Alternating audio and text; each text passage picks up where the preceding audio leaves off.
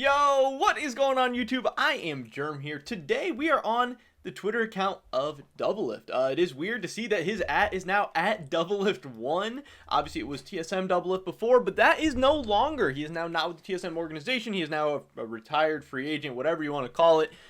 Pretty funny that he wasn't able to get Doublelift. He just has Doublelift1 now, which is just funny to see. Kind of weird to see still. It's obviously been a crazy offseason where, people didn't see this coming. We didn't really expect Doublelift to not be returning. But in this video today, we're going to be talking about what TSM is going to be looking like headed into the future. And are they potentially better off without Doublelift? I know it sounds crazy, but that's what we're going to be talking about. Before we get into this video, I just want to mention real quick a word from our sponsor, which is Draft Buff. This is a fantasy esports site that has all different kinds of games going on. As you can see on the left side of the screen, we got League of Legends, Call of Duty, Overwatch League, CSGO, Rainbow Six Siege, all the esports you guys know and love. They have fantasy leagues for, and they are a ton of fun. As you can see on the screen here, this is draftbuff.com/league, where you can create a league, find a league quick, join a league today. I have a draft that's going to be going on today in about 7 hours, so I'm going to be playing on Draft Buff this season. This is for the LCS, because obviously we have the LCS, LEC, and LCK starting up soon. League of Legends is really hype right now. It's what we love talking about on this channel. So I'm going to be on Draft Buffs. I'm going to be playing it. It's going to be a ton of fun. Hopefully you guys are going to be as well. I'm going to have a link down in the description below, and it's going to be the pinned comment on this video, so definitely check it out and join Draft Buff today. Here we go. Once again, talking about this Doublelift situation. He is retired. TSM decided to go with Lost as our new AD carry. Again, it was this whole back and forth, a lot of speculation, rumors and stuff. Doublelift saying, I want to play with a top tier support. I want to play with a support that speaks English. All this crazy stuff, and TSM didn't know if they were going to be able to get Sword Art. They didn't know if Sword Art was going to be able to come over, if he was going to accept their offer, how the taxes and everything was going to work, if they were going to be able to import somebody in, because it is really crazy with COVID and everything going on right now with the global pandemic. A lot of craziness going on. But in the end, Doublelift retires, TSM gets Sword Art, and now Lost is the guy. Now Cody's son is in Academy. This is the AD carry situation headed into 2021 for TSM. And is TSM a better team in the short term and in the long term because of it?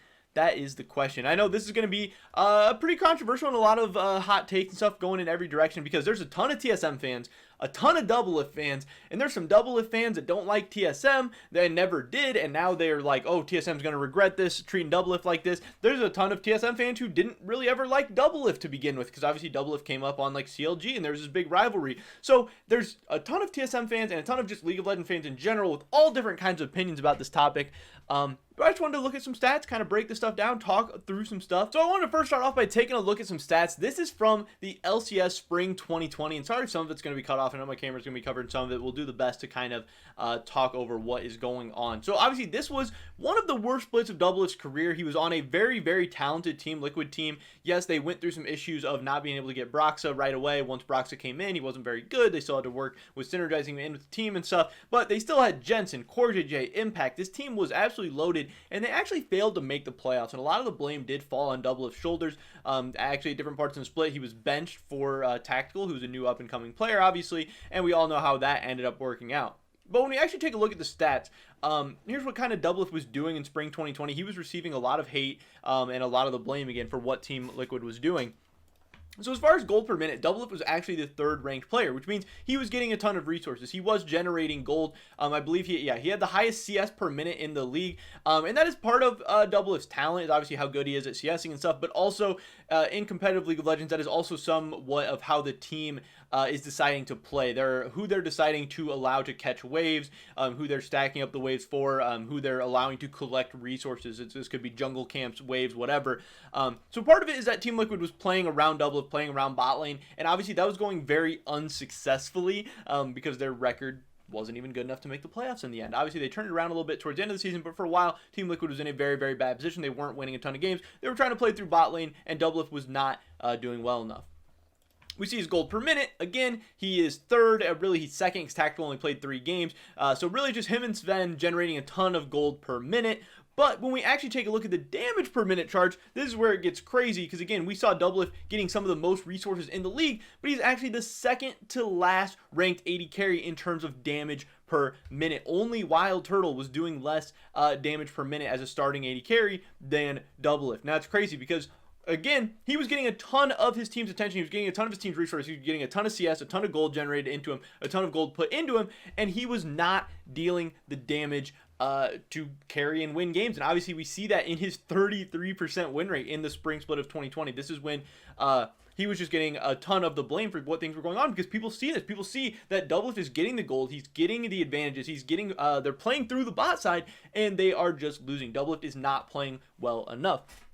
There was questions about whether he could play the meta champions. Obviously, this is the time where Senna was kind of coming into the meta. Doublelift wasn't very good at it. And a lot of things weren't working out. And again, Doublelift looked bad. Some of the other interesting things were that as far as like gold differential at 10, Doublelift was generating some small leads, but again, compared to the other 80 carries, he's ranked like 3rd, 4th, when he claims to be, and he wants to be like that lane dominant, lane style 80 carry. CSD at 15, he was actually decent. He was towards the top in terms of CSD at 15.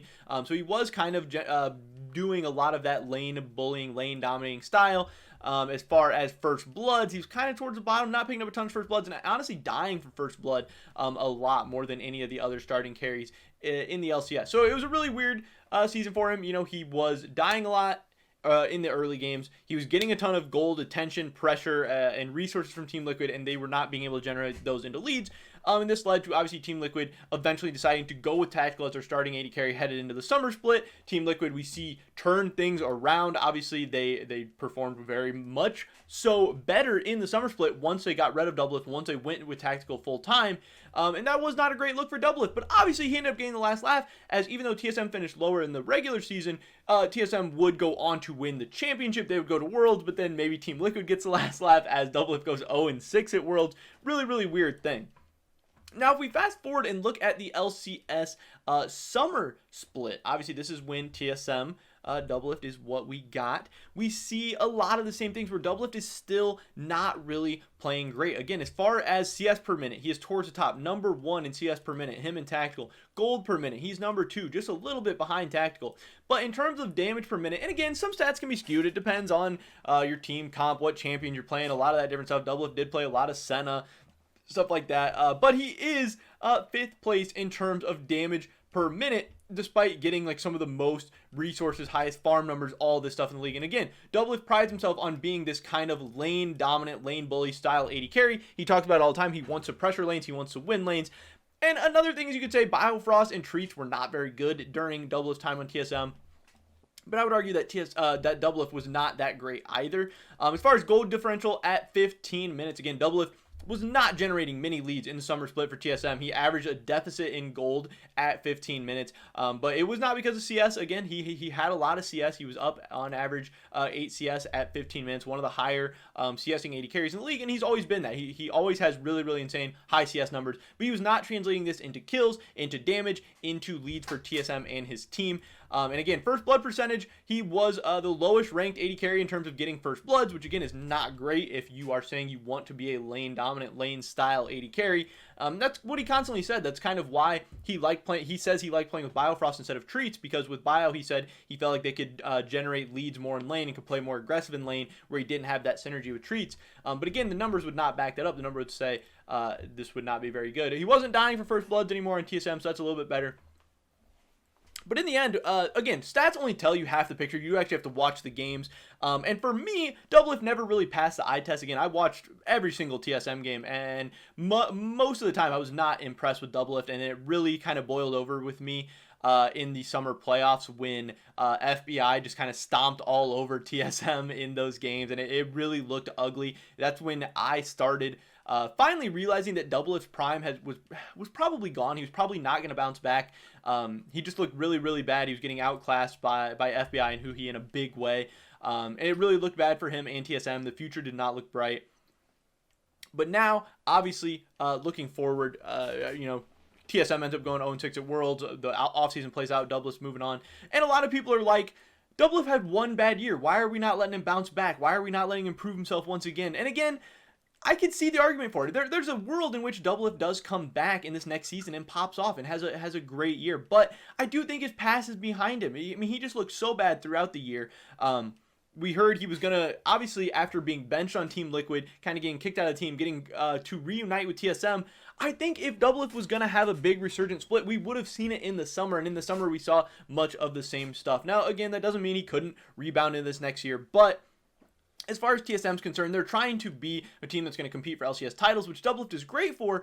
But Doublelift has played on better teams in TSM before, and he has played better personally. He's not in his prime anymore. At one time, Doublelift was better than he is now. He's played on better teams, and he's never made it out of groups at Worlds. So going forward, looking to the future for TSM, if you think Doublelift is past his prime, which I do and many other people do, I think it's time to start building towards somebody else. Doublelift has had his chances to prove himself, and he's been an amazing talent, personality, brand for the LCS, and he's really done awesome things for the competitive League of Legends scene.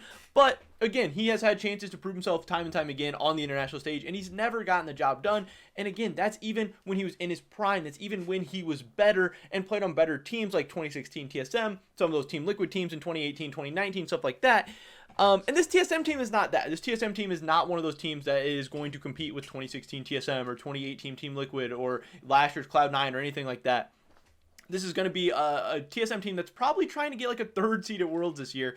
And they're coming off a bad spring split from Doublelift, a bad summer split from Doublelift, a bad summer playoff from Doublelift, and a bad World from Doublelift.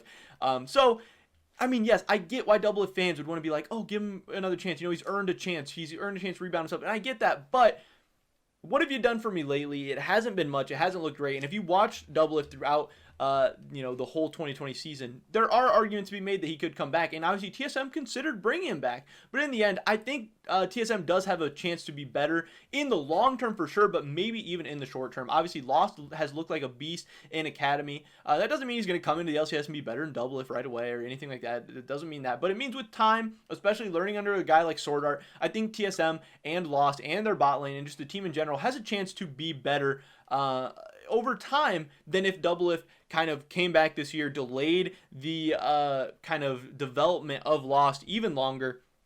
This doesn't mean Lost is going to work out for sure. Maybe Lost will not be very good. Maybe TSM will have to go another direction. But in my opinion, it's at least worth the risk.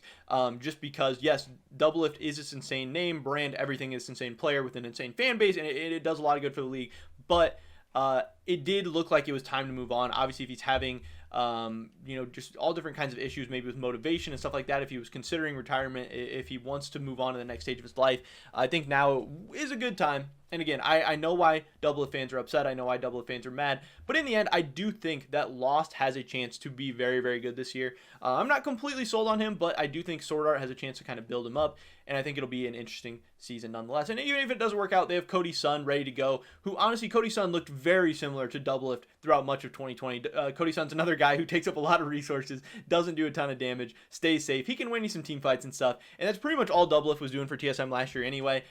So they have a Doublelift type player right now, like a 2020 Doublelift form player, at least ready to go in Cody's son. So if worse comes to worse, they can always sub him in and start looking towards our next 80 carry of the future. But Lost, again, he was a beast in Academy. He seems like he's ready to go. He's ready to give his shot. And if TSM is going to finally give one of their young 80 carries a chance, where they had Johnson, they had Tactical ready to go, and they lost both those guys, and they proved to be beasts, maybe Lost will develop into a beast just like one of those guys. And I think that would be very, very worth it for TSM to move on from Doublelift at that point.